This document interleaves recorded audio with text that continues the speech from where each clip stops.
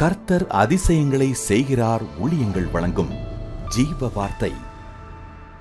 இயேசுப்பா நல்லவர், அவர் பெரியவர், அவரை போல யாருமே இந்த பூமியில் இல்லை. பரிசுத்தம் உள்ளவர், அவர் உண்மை உள்ளவர், சொன்னதை செய்கிறவர், அவரால் எல்லாமே செய்ய முடியும். நம்பிக்கை இழக்காதீங்க. இயேசப்பட்ட வாங்க, வேதத்தை நம்புங்க, ஆண்டவருக்கு நேரம் கொடுங்களேன், நல்லா ப்ரேயர் பண்ணுங்க, வேதத்தை வாசிங்க. உங்கள் சபைக்கு போகும்போது கத்துறாங்க, எல்லாரோடு சேர்ந்து ஆவியோடு உண்மையோடு ஆராதிங்க.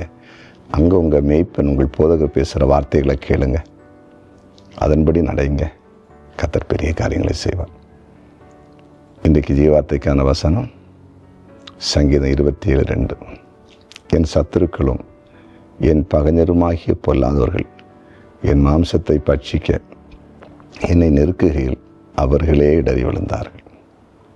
அவர்களே இடறி விழுந்தார்கள். சத்துருக்கள் இடறி விழுந்தார்கள்.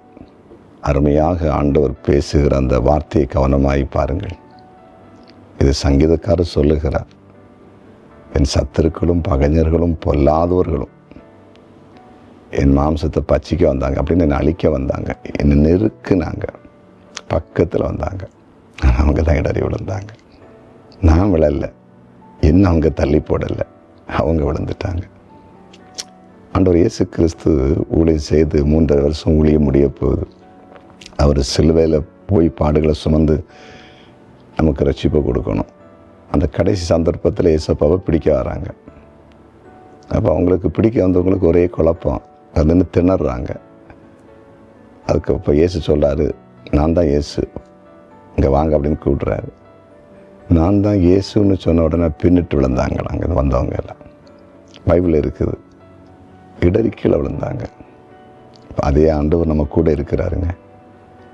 நம்மளை கீழே தள்ளி போட முடியாது, அவங்க கீழே விழுவாங்க. எவ்வளோ பொல்லாதவர்கள் இருக்கட்டுமே, எவ்வளோ பெரிய பலவான்கள் உங்களை இருக்கட்டுமே. இன்றைக்கி அப்படிப்பட்ட அனுபவத்தில் இருக்கிறீங்களா? பலவான்கள், பொல்லாதவர்கள், பலசாலிகள், பராக்கிரமசாலிகள் உங்களை காரணம் இல்லாமல் நெருக்கி கொண்டிருக்கிறாங்களா? நீங்கள் கீழே விழ மாட்டீங்க, நீங்கள் அழிய மாட்டீங்க. அவங்க இடறி விழுகிறத நீங்கள் பார்க்க போகிறீங்க. உங்கள் கண்கள் அதை பார்க்க போகுது. சரியா? ஆண்டவர் நமக்கு அற்புதம் செய்யும்படிக்கு இப்போ ஜெபிக்க போகிறோம். ஒப்பு கொடுப்போமா? ஒப்பு கொடுக்கலாம். என் சத்துருக்கள் பொல்லாத மனிதர்கள் என்னை நெருக்கும்போது அவர்களே இடறி விழுந்தார்கள். என் பக்கத்தில் நெருங்கும்போது இடறி விழுந்தாங்க. ஏசப்பா, இன்றைக்கு நம்முடைய வார்த்தையை கேட்டுக்கொண்டிருக்கிற பிள்ளைகளுடைய வாழ்க்கையில் சத்துருக்கள் ஏதாவது இடங்களில் நெருக்கி கொண்டிருப்பாங்கண்ணா, இவங்களை அழித்திடணும் அப்படின்னு போராடி கொண்டிருப்பாங்கண்ணா. ஆண்டவருடைய அதிசயம் இன்றைக்கு நீங்கள் பேசின வார்த்தையின்படி நடக்கட்டும்.